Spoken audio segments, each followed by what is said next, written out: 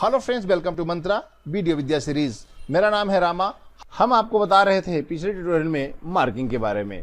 Marking करते समय एक बार आपने क्लिप में मार्क कर लिया, लेकिन ऐसा नहीं है कि जो आपने मार्किंग किया वो परमानेंट मार्किंग आपकी हो गई है। आप उसको मॉडिफाई भी कर सकते हैं। मॉडिफाई करने के लिए सबसे अच्छा और आसान तरीका ये होता है, दोबारा से आप जिस लोकेशन पे आपको चाहिए वहाँ पे कर्सर को लेके जाइए, प्ले हेड को लेके जाइए, दोबारा से वो बटन प्रेस कर दीजिए आउट पॉइंट के लिए। यदि इन पॉइंट में कोई मॉडिफिकेशन करना है तो आप उस पोजीशन पे जाइए, चाहे आपके इन पॉइंट से बाहर हो या उसके मार्किंग एरिया के अंदर हो, कहीं पर भी आप अपना प्ले हेड ले जाइए, दोबारा से आई बटन प्रेस करेंगे तो नई लोकेशन पर इन पॉइंट और नई पोजीशन पर आउट पॉइंट लग जाएगा। नई लोकेशन आपको मार्किंग हो जाएगी, फिर आप इस एरिया को कहीं पर भी ले जा सकते हैं। इसके अतिरिक्त इसको मॉडिफाई करने के लिए एरिया को आप अपना माउस जब यहाँ लेके जाते हैं आउट पॉइंट के ऊपर या इन पॉइंट के ऊपर, आपको मैन्युअली उस एरिया को छोटा बड़ा कर सकते हैं। आप माउस के द्वारा आउट पॉइंट को आगे या पीछे करके उसकी ड्यूरेशन को, उसकी पोजीशन को चेंज कर सकते हैं। इसी प्रकार इन पॉइंट की तरफ भी जा करके आप क्लिप के मार्किंग एरिया की ड्यूरेशन को कम ज़्यादा करके उसकी पोजीशन को चेंज कर सकते हैं।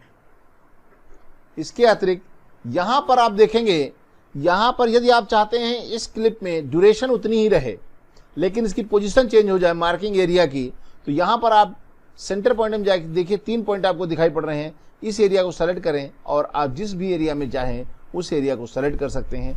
अब आप जब टाइमलाइन पे लेके जाएंगे तो ये एरिया ही उतनी ड्यूरेशन की जाएगी आपके टाइमलाइन पे।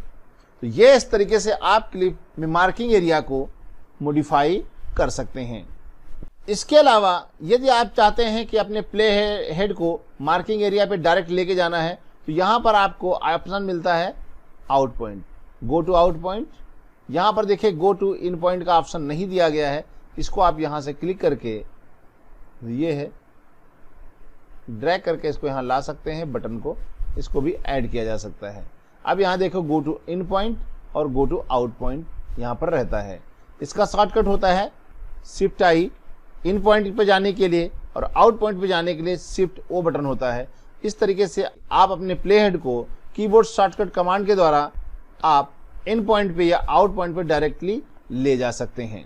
और कर्सर को आगे पीछे ले जाने के लिए एक फ्रेम आगे पीछे लेके जाना है तो ये आपका बटन होता है लेफ्ट साइड में एक फ्रेम जाने के लिए, और अगला ये आपको फॉरवर्ड में जाना है एक फ्रेम, तो इस बटन पे क्लिक करके आप आगे या पीछे की ओर जा सकते हैं। ये कार्य करने के लिए आप एरो टूल का भी यूटिलाइज कर सकते हैं।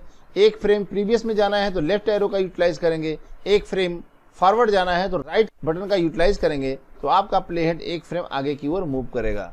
यदि आप चाहते हैं एक बार में ये प्ले हेड 5 फ्रेम मूव करे तो शिफ्ट के साथ में एरो की का यूज करेंगे तो आपका प्ले हेड 5 फ्रेम आगे की ओर मूव करेगा।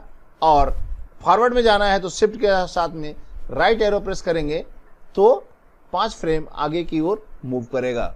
इसके अलावा प्ले हेड को आगे पीछे करने के लिए जे के एल का बटन का भी प्रयोग कर सकते हैं। जे से रिवाइंड होता है, के से स्टॉप होता है और एल से फॉरवर्ड होता है।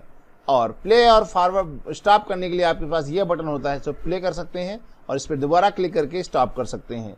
या प्ले और स्टॉप करने के लिए कीबोर्ड बटन में जब सबसे बड़ी बटन होती है स्पेस बार, उस पर क्लिक करके प्ले कर सकते हैं, उस पर दोबारा क्लिक करके इसको स्टॉप भी किया जा सकता है अपने प्ले हेड को, और उस लोकेशन पे जा करके आप ओ प्रेस बटन प्रेस करेंगे तो मार्किंग भी लगाई जा सकती है। इस ट्यूटोरियल में इतना ही।